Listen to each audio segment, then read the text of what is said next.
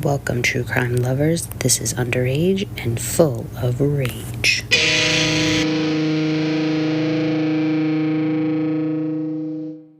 Welcome, everyone, to another episode of Underage and Full of Rage, the podcast where the convicted are minors and their crimes are anything but. I am your host, Becky, and with me is my co-host, Adam. Hello. So today's story is, I don't know, some people might not categorize it as true crime. I don't really know how I categorize it, but I know it's a story I wanted to tell. I think it's an important one to tell. So I'm just going to get going with it. It's going to be the story of Phoebe Prince. You definitely probably have never heard of I it. have no idea what you're talking about. Yeah. So I'm just going to get it going. You ready? Yes. All right. In the fall of 2009, 15-year-old Phoebe Prince moved with her mom and younger sister from a tiny seaside hamlet in County Clare, Ireland, all the way to Boston, Massachusetts, in the town of South Hadley. At the time they moved there, the town was comprised of 17,000 people, and it was actually known for its large Irish population, which I don't think is surprising, being Boston. Yeah, I didn't think anybody else lived in Boston. I was gonna say, isn't all of Boston a large Irish population? So Phoebe's father actually would not make the move with them due to marital issues between him and Phoebe's mom, Anne, which was hard on Phoebe, and she missed her dad a lot. Although Phoebe's new start in the States started off well, it would unfortunately not last. According to students at South Hadley High School, the school Phoebe attended, she had several issues with multiple kids, and it almost seemed as if there were multiple conflicts going on at once, and as a result, Phoebe became the target of unfortunate, relentless bullying from a specific group of older students.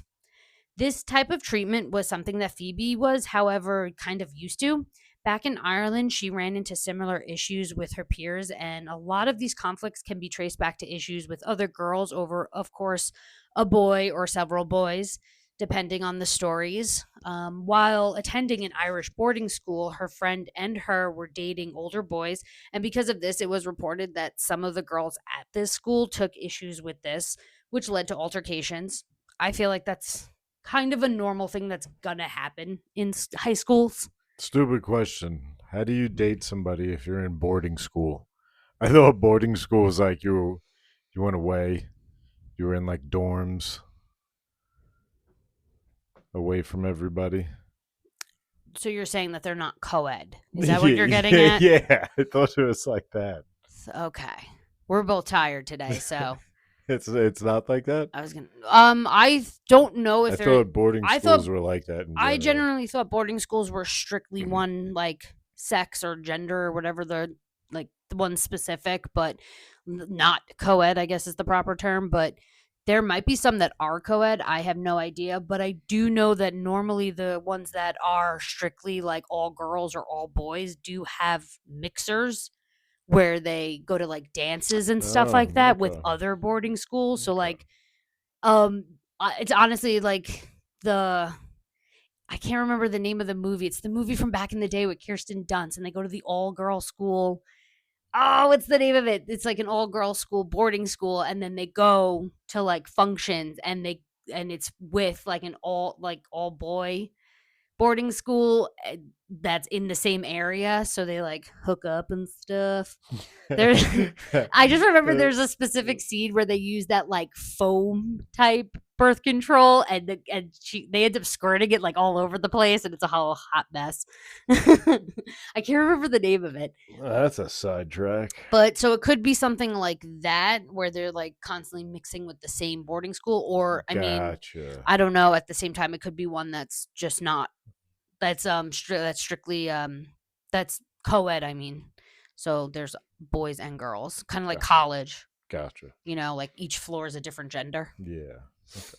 So now because of that, I lost my place. Where were we? One of Phoebe's friends stated that she couldn't take the other girls going at her every night, and it was hard for Phoebe because she was not one to ever fight back. So they basically just constantly like tormented her, and she just, took it in a sense. So this may be why Phoebe unfortunately began hurting herself, as she was one to internalize all of her pain and frustration that these girls were causing her. And eventually, this behavior would be discovered back in 2008. And as a result, her parents thought it was best to pull her from the boarding school and have her attend a local school instead. So, in her parents' mind, being closer to home and in a school where her mom actually worked felt safer, because they were constantly worrying about her. So, at least if she's there, then they felt they didn't have to worry nearly as much, which I guess definitely is understandable. But unfortunately, things did not go to plan. And once again, Phoebe found herself in the middle of conflict with yet another girl over another boy. The girls punished actually Phoebe by not speaking to her for 3 to 4 months. So that's got to be, I mean, obviously hard on anyone. And by February 2009, Phoebe began hurting herself again. So the move to Boston could not come soon enough. And basically, having this fresh start in a new place with new people was exactly what everyone needed. Phoebe was excelling academically and socially at first, and she said, how much she enjoyed the fact that in the US, students were allowed to express themselves in class, which I found interesting. I wonder what it's like. I never thought about schools in other like parts of the world, like what Yeah, it's because you like. think it's just the same everywhere. Yeah.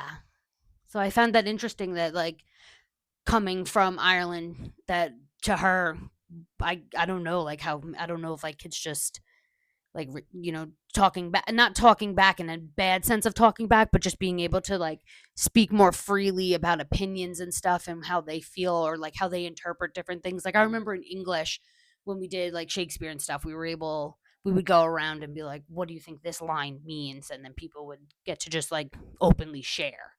So I'm guessing that's just not done. I wonder. I just Yeah, wonder. I wonder what it's like over there. So this excitement and acceptance would not last long because only a few months after starting the school year, things started to take a drastic turn. And by November, Phoebe had started hanging out with an older boy named, I'm going to butcher probably 95% of these names, forewarning, Sean Mulvahill. According to sources, he would give her rides and shit. So seemed kind of just like, I don't know, that person you find that you just like naturally, I don't know. I just feel like everybody had somebody like that you just always caught rides with if they lived close to you or something like that. Like you just gravitate towards. So Phoebe was also known for having depth and enjoyed having deep conversations about life. So it was suspected that Sean, since he was older, was drawn to her because of these traits, because it wasn't just like superficial, typical, like dumb, airhead type talk. Because I mean, at that point, he was definitely like 17, so he's a little bit older. So, um, Sean did have a former girlfriend named Kayla Nari, I think is how you pronounce it, who was in and out of the picture and seemed like basically what I read, it seemed like a typical high school toxic romance where on and off because it's like every other weekend they break up because they get into a stupid fight. But then, by Monday or Tuesday of the school day, they are back in love, that type of shit. Sean told police that Kayla and him weren't dating. They were just talking about possibly getting back together. But overall, it was generally complicated. He also stated that Phoebe and him weren't dating either. They were just friends who had been involved intimately. So essentially, to me, what I get from this is that this means they probably casually hooked up, probably a time or two. Definitely. Yeah. And not necessarily sex, just like casually hooked up. No biggie. Nothing crazy. After it was discovered that Phoebe was hurting herself back in Ireland, she was prescribed Prozac. So in November, after they had already, like a few months after they had moved to the States, her mom went to renew her prescription and took Phoebe for an evaluation as well, which I assume was probably because the prescription was originally done in Ireland. So to get like, Yeah, I feel like you can't just be like, oh, hey, just call in a prescription to my local whatever. right, I don't think that Yeah, I I wouldn't don't think it that, works like yeah, I don't that. think country to country would transfer. So she went in for her evaluation, and after her evaluation, this was done at the Cooley Dickinson Hospital in Northampton. The doctor prescribed Phoebe Seroquel, which is used as a mood stabilizer. So about a week after this, so she gets so now she's on. If you think about it, she's now transferring to a new prescription altogether, new medicine altogether. And then, like, about a week after this, Sean tried to break things off with her. So, this statement of him saying that he had to break things off makes me wonder, was there more to their relationship than he had let on? Because he made it seem very casual, but that doesn't make it seem, if it's, Yeah, yeah. if you gotta like go that far, I feel like it's not a casual 1 or 2 time thing. Yeah, like, what are you exactly breaking off? Yeah. Was my thought process. Breaking off a friendship, like Yeah, you know what I mean? exactly. Like, if we're just hanging out, hooking up every now and then, there's nothing to even break off, because once you start, like, permanently, like, say, dating somebody else, I'm well aware we're not hooking up anymore, but it doesn't matter because we weren't anything. And it was one of those, like, at the It, end of the night, if we're both still standing it and happened. Move on. yeah, exactly. So that's the only thing, like, to formally have to break things off tells me that there was a little bit more Seems than like that, more. Yeah. right? So apparently on Black Friday, what happened was he came to Phoebe's house, spoke to her for a bit, and then left.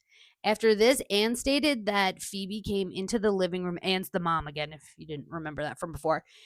So she came into the living room and told Anne she had just swallowed her entire bottle of Seroquel. And at that point, Anne grabs Phoebe and drives her to the Cooley Dickinson Hospital. And while driving her, she said she was trying to talk to Phoebe the entire time to keep her awake and alert. I can't even imagine what that must have been like. Just, I don't even know. I don't even want to imagine, you know? God no. So Phoebe was hospitalized for this, and she was hospitalized for the following week. Meanwhile, during this time, Sean and Kayla were back on. So this tells me he wanted to get back with Kayla, and in order to do that, he had to cut ties with Phoebe, which again makes me think that there was more than what he had said. A little bit Definitely sounds like a little bit more than nothing. more. Right? You know what I mean? Yeah. So, because I have to remind you of the timeline now. So, November, Phoebe and Sean are chilling while at the same time Sean is talking to Kayla, who is his on off again ex-girlfriend at this point, and they're talking about getting back together. Black Friday rolls around and Sean cuts it off, whatever that means, with Phoebe. And then by early December, so what is that, a week or two? Not even, a week and a half Yeah. after, he breaks it off with Phoebe. And then Sean and Kayla are back together. So to me, typical douchebag who played two girls. And when you're immature, of course, you go after the girl instead of realizing that the guy you're with is a douche, right? So accurate. So, of course, Kayla is in this sense going after Phoebe now instead of realizing, hey, my boyfriend's a scumbag. So after Phoebe was released from the hospital and was cleared, to go back to school and whatnot, she went directly up to Kayla and pretty much told her flat out to her face that she knew Sean had told Kayla that him and Phoebe had slept together. And for that, Phoebe said she was sorry. Only, ding, ding, ding, your boyfriend's a scumbag. Sean never told Kayla, which clearly pissed her off. So, not shockingly, or actually shockingly, she was not mad at Phoebe at this moment in time. Apparently, for this, she claimed that Kayla told the police that she claimed that she thought it was actually brave of Phoebe to tell her, especially considering how new Phoebe was to the school and the fact that she was a freshman. So these are like Kayla and Sean and them, they're all older than Phoebe. Phoebe is a freshman in school, and they were all, I believe, going into like their senior year, or they were seniors.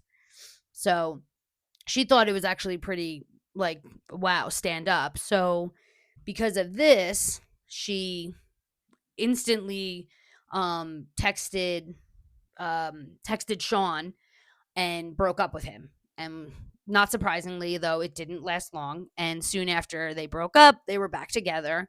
And now Sean was the one who was pissed at Phoebe, and he developed this belief that she was trying to fuck with his relationship, so he stopped talking to her.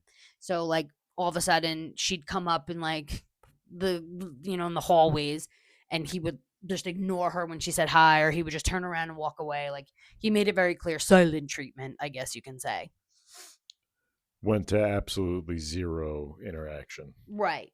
Because he Gotcha. created this, like, thing in his mind that she was trying to, like, whatever. Meanwhile, I think she was just trying to, like, smooth it over with Kayla, like, hey, I don't want any beef with you. I just want to like whatever. Yeah. Be civil. She Yeah. like, you know what it is? It was like unintentionally, like when I feel like it's like with the in Seinfeld with the table with the busboy, like you're unintentionally thinking you're doing something good, and then Yeah. unintentionally it turns out bad. Yeah. Like, but your intentions were good. So this also shows that like Phoebe was totally fine with Sean not talking to her because she had moved on herself. Like she was fine with it. Like whatever, they're together, she had no qualms about it. Because by December, she was already interested in someone else. So this timeline moves, if you haven't realized, very, very quick. Because if you think about it, the fall like school year starts in September. This has already all gone on and we're only in December.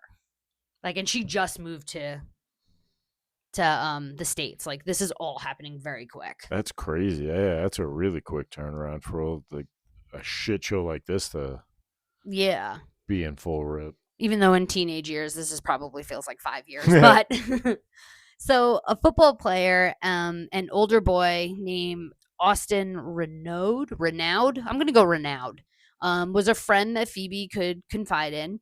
Phoebe felt comfortable talking to him about her depression and how much she missed her father. And because Austin had lost his father a few years prior, he was a great listener and very sensitive to what Phoebe was going through.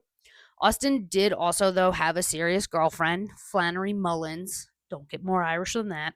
And again, it's high school, so no girl obviously wants their boyfriend hanging out with a girl that she herself is not friends with.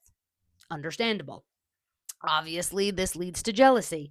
And in early January, Flannery decided to make a post in reference to Phoebe on her Facebook page. So another girl had made a post about an event that they all had attended, and Flannery took it upon herself to respond to this peer's post with a ha ha ha, best night of my life. Yeah, we kick it with the true Irish, not the gross slutter poser ones, which I have to say I kind of like the word slutter. Yeah, that's a new one. I like that. I don't know if she messed up and meant to say sluttier. Well, either way. Missed the I, but I like the slutter. Not in terms of like her obviously talking about Phoebe about it, but I just like it in a general term. Like you slutter. Like I don't know why. But again, then a third girl joined in and asked if she could or if she counted as cute and Irish. Oh, wait, sorry. And asked if she counted as cute and Irish, followed by a fourth response from another girl who posted, like me. Flannery then responded again, posting, yes, I love you, ... I think you know. And I had to point it out. No was spelled wrong. It was spelled N-O, not K-N-O-W. I'm sorry. I just had to point that out. But anyway, she wrote, I think you know who I'm thinking about. So this post had multiple girls then responding with ha ha ha ha ha post. And made me think, because what is this, 2009, I said? So I was wondering, when did LOL become a thing? Because I feel like that type of post would have like a surgence of LOLs. I have no idea. When did that become a thing? Because everybody's like ha ha haing, not I feel like LOLing. that's more like got big with texting, right? Yeah, but this is Facebook, so I feel like with social media, or I don't know. Yeah, I don't know. Yeah, it just made me think. Yeah, I don't know. Made me think. So now I'm not sure if this is the first official incident that took place online, but what does occur includes both in person as well as cyberbullying. And in my research, this post was brought up specifically to indicate that the nastiness and quarreling back and forth was becoming bigger and starting to spew over into the online world, which we know is often a terrible place for assholes to become even bigger assholes, as well as those who are cowards who all of a sudden grow balls behind a screen. But, whatever. So if you haven't picked up, this story is clearly leading down that hole of vicious cyberbullying, which I feel like in today's world is very, very prevalent, and is something I am so thankful we are actually old and didn't have to deal with that. Yeah, that's for sure. Very thankful. So I am going to talk about now an incident that occurred between Flannery and Phoebe, just to show how ridiculous high school can be and how a simple interaction, or actually no interaction, can be twisted, blown out of proportion, and in this case seems for the most part to be completely fabricated. but fucking high school. So here we go. So the story that is I'm going to tell that's probably most accurate, it can be corroborated not only by eyewitnesses, but it's also corroborated by certain people that are actually friends with Phoebe.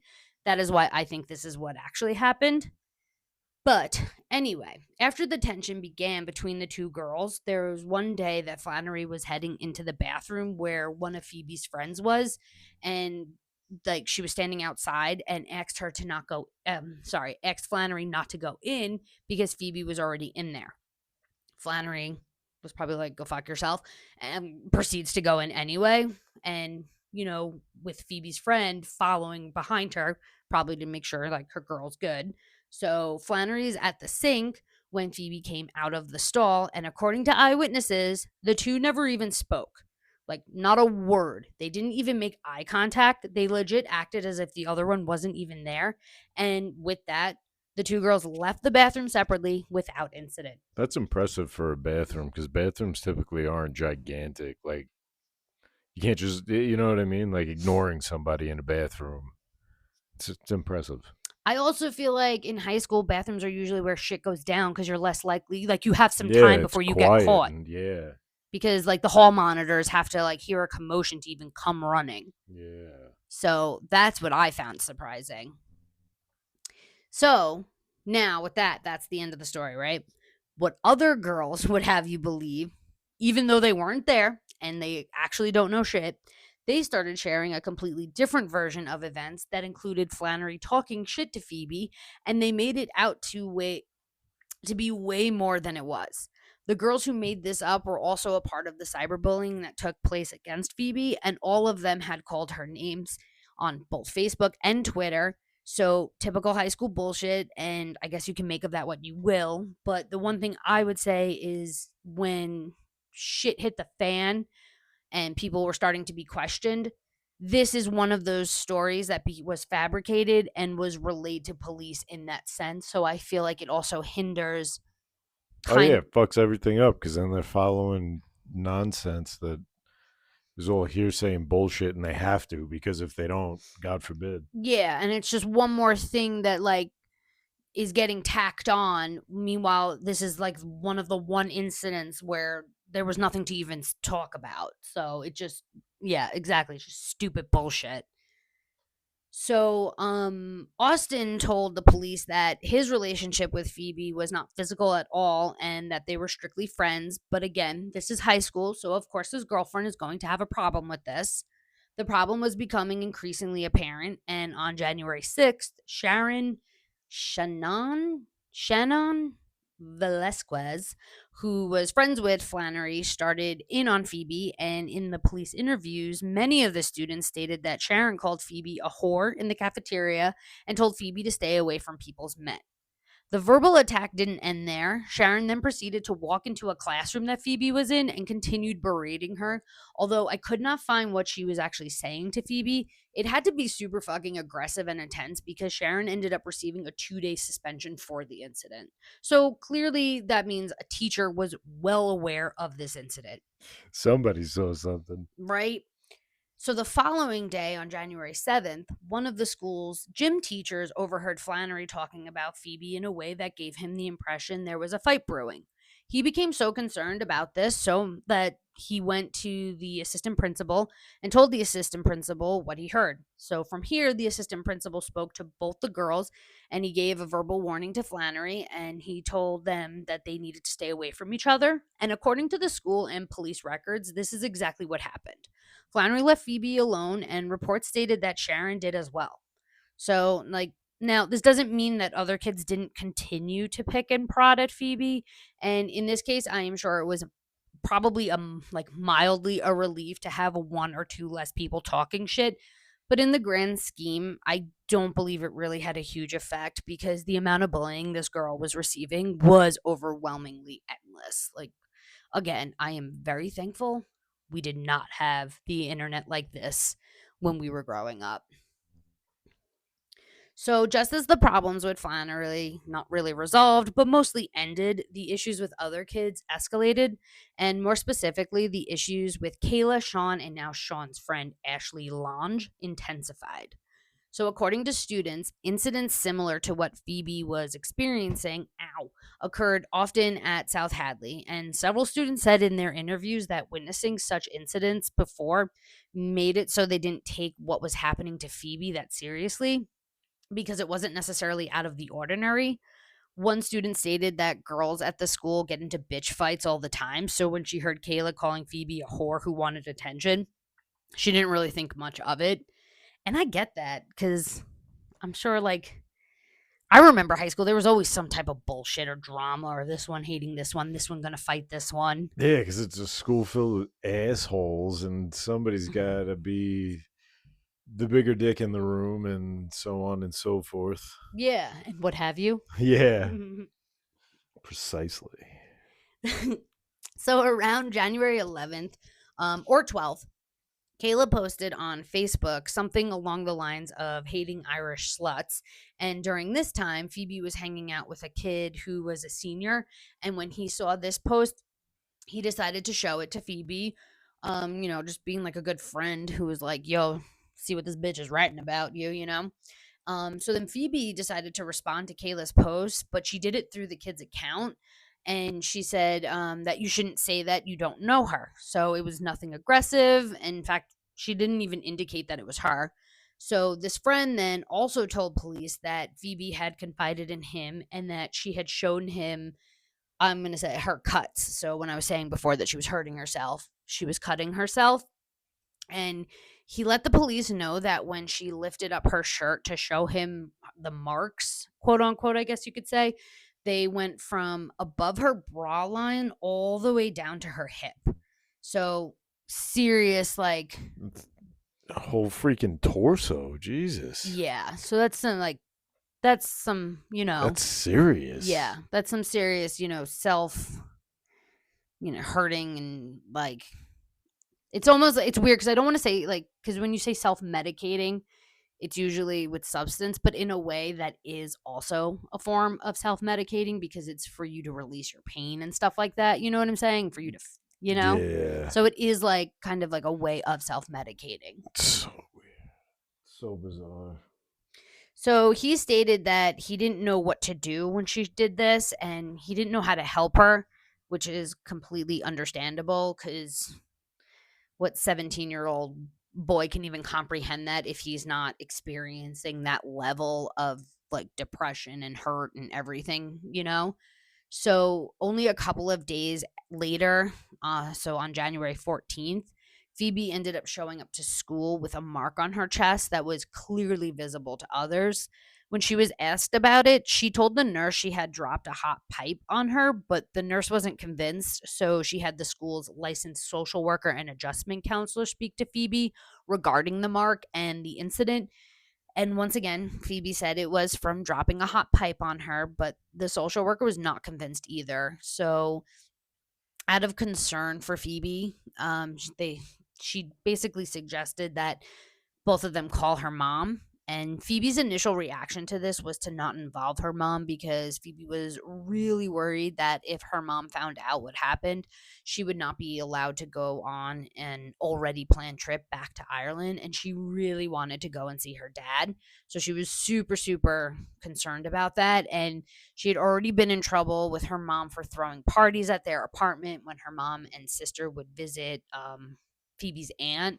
So on the last time Phoebe was left alone, she ended up having a party and the cops were called. Their neighbor ended up telling Anne what happened. So when Anne confronted Phoebe about this, she admitted to her mom that there were kids who brought alcohol and they were smoking pot. With this, she also admitted that she herself had dabbled. So Anne was like, nope, not happening anymore. And Phoebe was no longer left by herself. So hearing this, it's no wonder why Phoebe would expect her punishment for smoking to be, losing her trip to Ireland. So she was really, really scared about that. Oh, yeah. I do feel that she was missing the bigger picture because it wasn't about her smoking, because no one even believed her story about the hot pipe. involving her mom was about her hurting herself, something she probably wouldn't have gotten in trouble for because, I mean, based on how Anne handled this situation previously, she clearly cared for her daughter's well being and only wanted to help her. So I think that just shows that immature brain. Yeah, not realizing that you're not going to get, like, it's not going to be a bad route with your parents and shit. Yeah. Right? Like, yeah. Yeah, because she was only looking at it like, oh no, I'm going to get in trouble for partying. Meanwhile, it was like, no, we need to involve your mom because you're clearly hurting yourself. Nobody Yeah. buys the partying, but like your immature brain, you think people are believing your lies in a sense, you know? So even though Phoebe didn't want to involve her mom, the social worker and her ended up calling Anne. And when Phoebe spoke to her mom, she told her the same story about the pipe, but asked Anne if they could talk more about it at home. Anne agreed, and the two hung up. And Anne went about her day, not realizing in that moment that this conversation would never happen, and that this would be the last time she would speak to her daughter.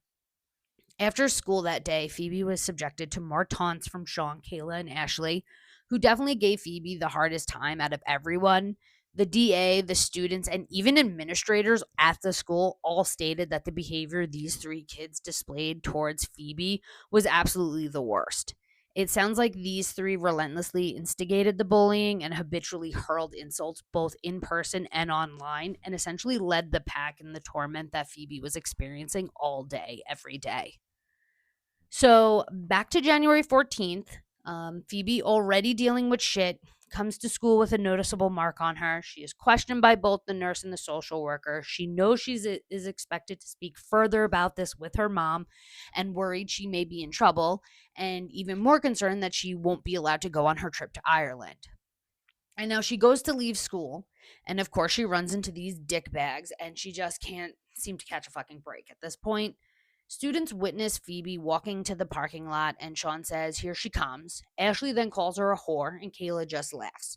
Phoebe doesn't say anything, she just keeps walking, and then a few minutes later, as Phoebe is walking home, Ashley drove by in a friend's car, so I'm assuming this means she was a passenger. And at this point, as she's driving past Phoebe, she yelled out the window, "Whore," again, and then she proceeded to throw an empty Come up can. with a new insult.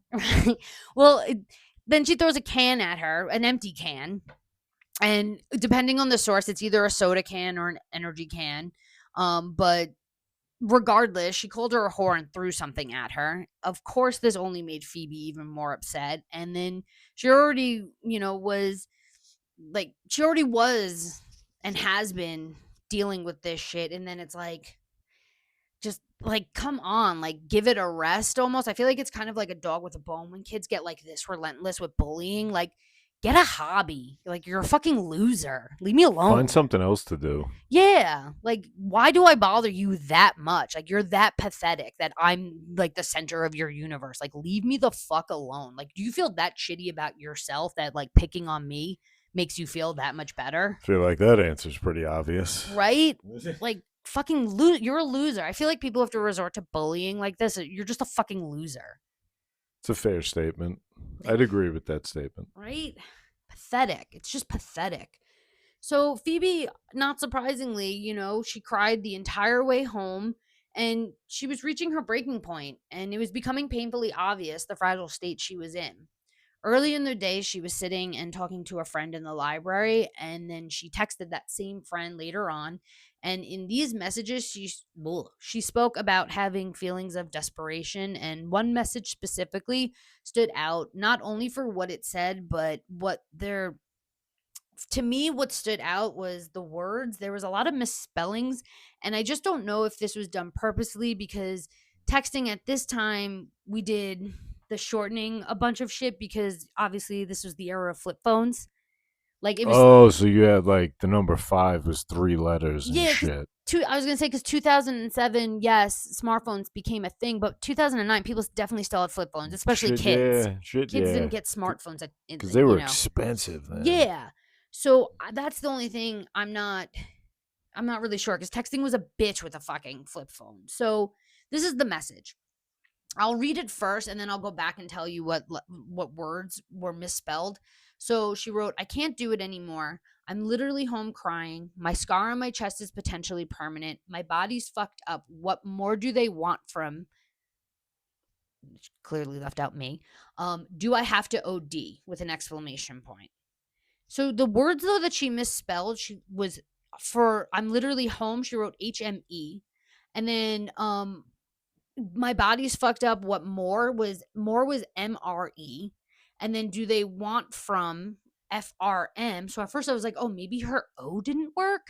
But then because she also wrote do, but that was DU. And then with I have to OD, O was there. So clearly the O worked. So that's the only thing is I'm like, were you shortening it to HME? Was that a thing? I don't remember. I have no idea if that was a thing. And then DO, but DU, being from Ireland, and maybe that's how they say, like, they spell it. I don't know. That was the only thing. So I wasn't sure about the misspellings. Or did she take something and was. Or because it's a flip phone, was it just like, fuck, I ain't going through that old shit again. I'm good. Yeah, 4, 5. Yeah. Oh, messed up. Got to start again. Totally. That's where I'm like, I don't know, like, what the misspellings indicate. So, or if they even indicate anything. I might be reading too much into it. But anyway, moving on, I guess.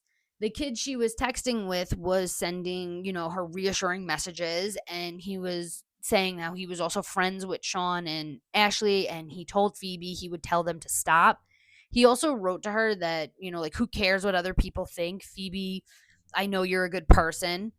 Unfortunately, the kind words from a friend would not be enough, and the torment Phoebe was experiencing only contributed to her already fragile mindset. Sorry. So Phoebe was home alone that day, and when she returned home, what we do know is she plugged in her phone. She exchanged some messages with that friend. Then she proceeded to take a black scarf her sister just bought her for Christmas, and in the stairwell of their second-story apartment, she hung herself. She would not be discovered until later that day when her younger sister came home from, I assume, school. Awful. That's horrible that your younger sister found you. Yeah. That's so horrible. Yeah. It's also awful that she was like. I mean, it's terrible, that she was like pushed to that point. Yeah, but then like to continue the trauma, the trauma for the whole family, like the not scarring. Just do you guys deal with like one of your family members killing themselves, but on top of that, one of the little kids in the family had to find her. Yeah, like that's a mental picture you just don't get out of your mind ever. Yeah, that's fucked. So after her death, the police were going through her things, and they came across some of her drawings, and in one of them, there was what was described as a human figure with a noose around their neck with a note made to look like it was pinned to the body, and this note was asking for forgiveness. And I saw a lot of sources saying that this was her way of asking for forgiveness. I don't know how much I believe that. I think that might have just been one of her many, in dark moments of drawing and expressing herself. I don't think necessarily she might have, like, I feel like they took that as her suicide note, and I just don't take it that way. Yeah, it could have just been like her drawing and shit. Yeah. Yeah. Which I'm sure if she could have, would have wanted to write a note, it would have been like, sorry. But I feel like that got very, very pushed to the forefront of like, she was asking for forgiveness. And it's like, I don't know about that. I don't know if that was an intentional like suicide note from her. But anywho, investigators discovered a pattern of abusive taunts, text messages, social media postings, and blatant threats towards Phoebe. Several people described Phoebe's response to her tormentors as fearful. She was paranoid and distraught as a result of the constant attacks. A friend reported that the day before Phoebe died, she had shared that school had become close to intolerable for her lately, which in retrospect is so much more of a heavier statement than the friend probably could have ever even suspected. Like, I just could never imagine having like school be so intolerable. No, that's got to be horrific. That breaks my heart. I wouldn't like I don't know. I just would never want my child to ever feel like that. That just breaks my heart that she had to deal with that on a regular basis. I would never want my kid to be that douchebag either. Yeah, same thing. Like I was just thinking that too. Like both ends of it. You don't want your kid to be the one causing it, and then you don't want your kid to be the one on the receiving end. Like kids are such fucking dicks. Ugh, they're the worst. So others started also coming forward and sharing that, there were many accounts they had witnessed where Ashley was seen and heard verbally assaulting Phoebe, and that she would scream at Phoebe across the library, and on several occasions would call Phoebe an Irish whore and a slut. Legal documents stated that Flannery was heard saying that freshman Phoebe should get her ass kicked, and then her friend Sharon replied to her with an offer to punch her in the face. So again, it's like a dog with a bone. Let it go. Like you made your point. I think she got it. Leave her alone. She's not even like fucking with anybody anymore that you're even interested in. So like why are you even fucking with her anymore? And she's Get a a life. freshman. When you were a senior, did you even know any freshmen? No. Barely paid attention to them. Right? Yeah, I don't know. I don't. Yeah. No, you're focused on fucking But leaving like that shithole. to go this far to like fuck with people is just absolutely way. I'm too lazy to do shit like that. Yeah, I feel the same. I don't care enough. Yeah, I get that. I'll just not talk to you because it's easier. Yeah. Yeah. 100%. So the DA said that the investigation that was conducted ended up revealing that Phoebe was on the receiving end of relentless activity that was purposely designed to humiliate her and made it impossible for her to attend school because due to the nature of the viciousness, it created an environment that was intolerable for Phoebe. I don't think she is completely wrong either because even after Phoebe took her own life, these kids continued with their bullshit. The prosecutor said that Kayla posted done, quote unquote, on her Facebook page the day after Phoebe committed suicide. And there were claims made by a reporter who did go on to write a book about this tragedy that Kayla and her friends were seen making hanging gestures at a school dance following the incident.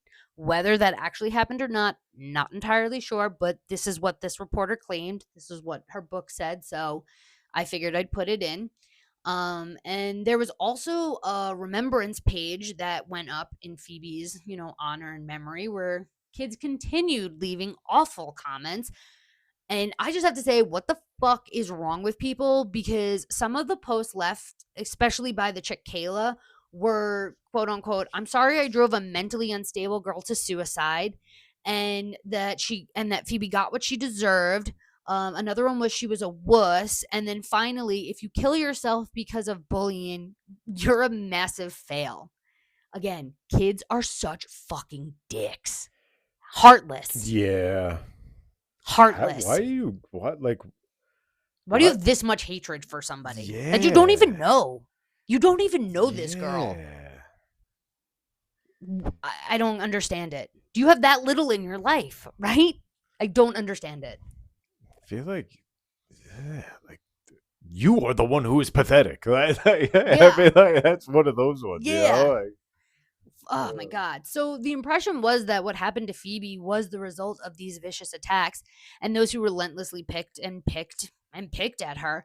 And ultimately what they felt was, or what like the police felt, is that they should be held accountable in some fashion because in their minds, these kids had a hand in pushing her to that point.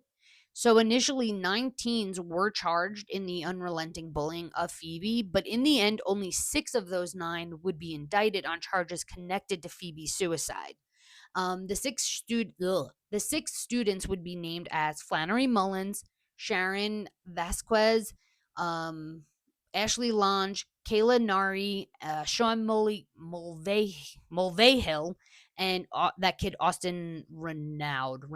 I forgot how I said I was going to say it. So in the end, they all took plea deals with the exception of Austin, whose charges were actually dropped at the request of the Prince's family.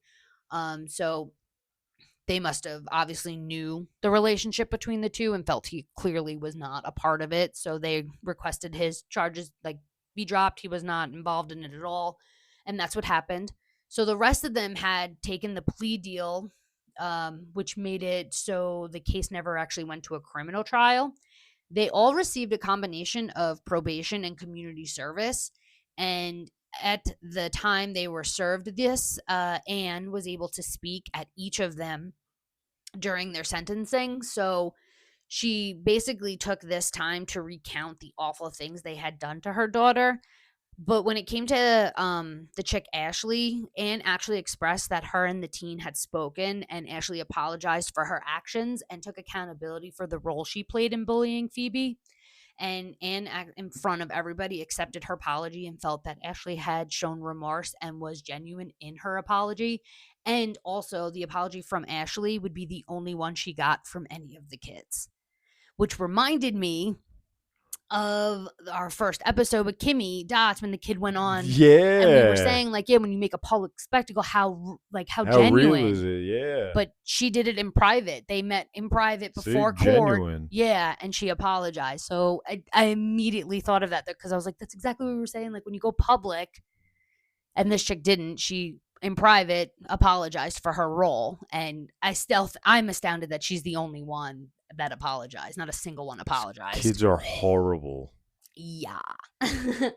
So when it was Anne's time to speak to both Sean and Kayla, she told them that her daughter's death would stay with her until the day she dies. She also told them that it's impossible to measure the impact of Phoebe's death upon their lives, and that there will be no more reading to Phoebe or hearing her lovely soprano voice. She continued with, how do you measure a future that should have been rightfully hers? Phoebe was a beautiful, intelligent, gregarious, thank you, daughter with a kind heart, able to show compassion for others. I'm not sure when in court this next part occurred, but at some point Anne did reveal the last message that would ever be sent by Phoebe, and it is a little bone chilling. Her last message said, it would be easier if they handed me a noose. So, yeah.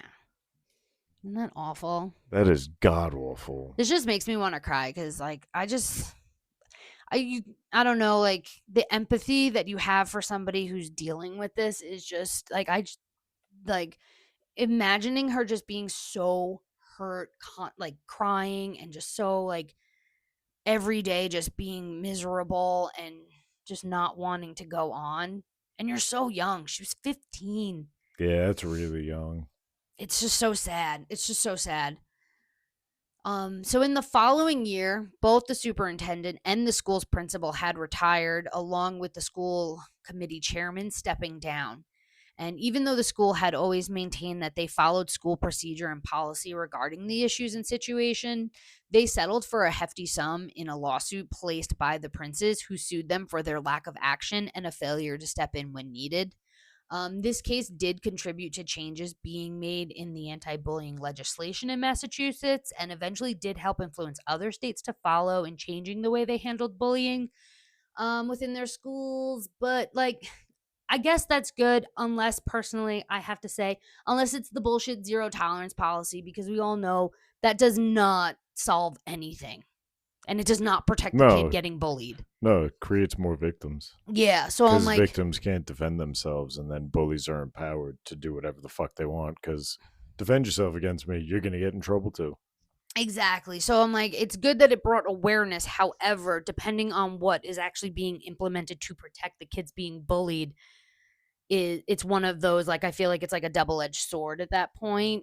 And I also feel like in this case too, like, with the parents, suing and stuff, like, they're totally right, because when I was reading through a lot of, like, the sources and stuff, there's plenty of, statements from people who worked at the school. So clearly you are well aware that this girl is being, like, bullied on a regular basis. And it sounds like nothing really happened because of it. Yeah, and that's not even to mention what's occurring outside of school with all the online crap, because obviously at this time there was no real anything for handling the online aspect because it was all new.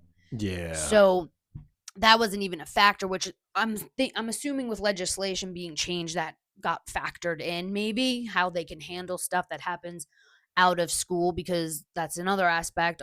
It's not on the school campus. How do they really have control and things like that? So I can understand that aspect, but like when you have that many people who work for the school coming forward saying, "Oh yeah, these three really fucking gave that girl the shit," like what? Yeah, there's something wrong there. How is nobody standing up for this girl as the adults? That's the one thing. Outside of that gym teacher, how many other people didn't? Makes sense. Yeah, like that gym teacher's the only one, but from what I read, that was like, yo, shit's about to like really go down. I need to like inform somebody about this. Which blows my mind. How many people work in a fucking high school? You know what I'm saying? Hall monitors. Like, there's so many fucking people. So, and clearly you all witnessed it. That's the thing that's the most, I think, shocking to me, that not a single person said a goddamn thing. And it's just crazy. But this is why I wanted to tell this story, because I think it's a very important story to tell. Because what happened to Phoebe was totally preventable. It shouldn't have happened. And unfortunately, I feel like this happened in 2009. And since then, there's countless amounts of cases. Oh, bullying's gotten worse. That are very similar. And kids now, younger and younger, are, committing suicide because of it. And the cyberbullying has taken on a whole new monster. And we're just so far behind, I think, tackling it. And I don't know if we'll ever catch up. And that's why I said I don't think people probably won't consider this true crime, but I think it's a very important story to tell. So I wanted to tell it. And that's how I feel. That's fair. So that was the unfortunate tragedy of Phoebe Prince. But stick around if you would like to hear I was going to say our shithead of the week, but these are starting to turn into... This one's actually a shithead. Is it a shithead / dumbass? Because I was going to say these are kind of turning into dumbasses of the week. So I don't know if we want to retitle it to dumbass of the week, but regardless, Adam, who do you have for us today? No name on this one, because you're just trash. Oh. So this is northeast of Nashville. This is a couple years ago. Two friends stop at a market, okay? One of them goes inside to use the bathroom, comes back out, and the friend that was in the car is now holding a vase, whatever the fuck you want to call it. The friend's like, what the fuck? I wanted to use the bathroom. Where'd you get this vase from? She apparently was in a close enough distance to a cemetery where her ex-boyfriend's father was buried. What? Where she stole the vase from and pissed on his grave because she thought her ex-boyfriend did something to her father's grave in an incident that previously happened. So she was getting revenge on him. So she went and pissed on his dad's grave. So she vandalized her ex-boyfriend's dad's grave and stole the vase. Stole a vase I'm assuming the flowers were in there, or was it just I think the flowers were gone. So she just took the vase, yeah, pissed on the grave, and it was all because she was under the impression that her ex-boyfriend had like vandalized desecrated? Desecrated her dad's grave. Yeah. Wait, I'm surprised this wasn't Florida. This is Nashville? This is northeast of Nashville. Northeast of Nashville. What town's in the northeast of Nashville? This was Hendersonville. Oh, Hendersonville. I used to work with a kid from Hendersonville. So that's where that happened. She was charged with desecration of a place of worship or burial. Oh, what do you get for that? Her bond was only $3,000, so interesting. Not too serious of a crime. I wonder what you get for that. I wonder if it's just a fine. Like littering. Who the fuck pisses on somebody's grave? What I would like is, see, I instantly with all Where's the security footage? I go to the image. I go to the image. I've been picturing like the chick on Broad City who like pissing in the, like on her phone, like scrolling, pissing in the fucking tree on the sidewalk. Like that's what I'm picturing. Like, did she just lift up a skirt and pee? Did she have to take like her pants off? Like, What is the image there? Oh my god! I wonder if there was anybody else like visiting. Could you imagine like you're visiting like your grandma or Just something? You look over, like, that bitch is pissing on that dude's grave. That is a shithead. I think that's a shithead. I don't know. It's like that's bold. You're a dumbass, but at the same time, you're a shithead. You're a piece of shit for that You're one. a shithead. Because even if he did, that doesn't get two wrongs don't make a right. Yeah. People. That doesn't mean you then go and desecrate like some man that has nothing to do with the situation. He has nothing to do You with it. supposedly fuck with my dad's grave. I'm gonna fuck with your dad's grave. Oh my god, that's awful. What an I'm asshole. gonna steal flowers and take a piss on it too. So how did they find her? Oh, the friend apparently told the ex-boyfriend, and then the Ooh. ex-boyfriend called the cops, and And then the cops reported. picked her up. Oh my god, how do you prove that though? I don't Like, did they go to this thing and like You'd scrape some sample urine up off of the tombstone? splash of DNA everywhere. Oh my goodness. Okay. Well, thank you for that. And thank you all for listening. And until next week, be sure to make your dash count and don't be a douche. Goodbye. See ya.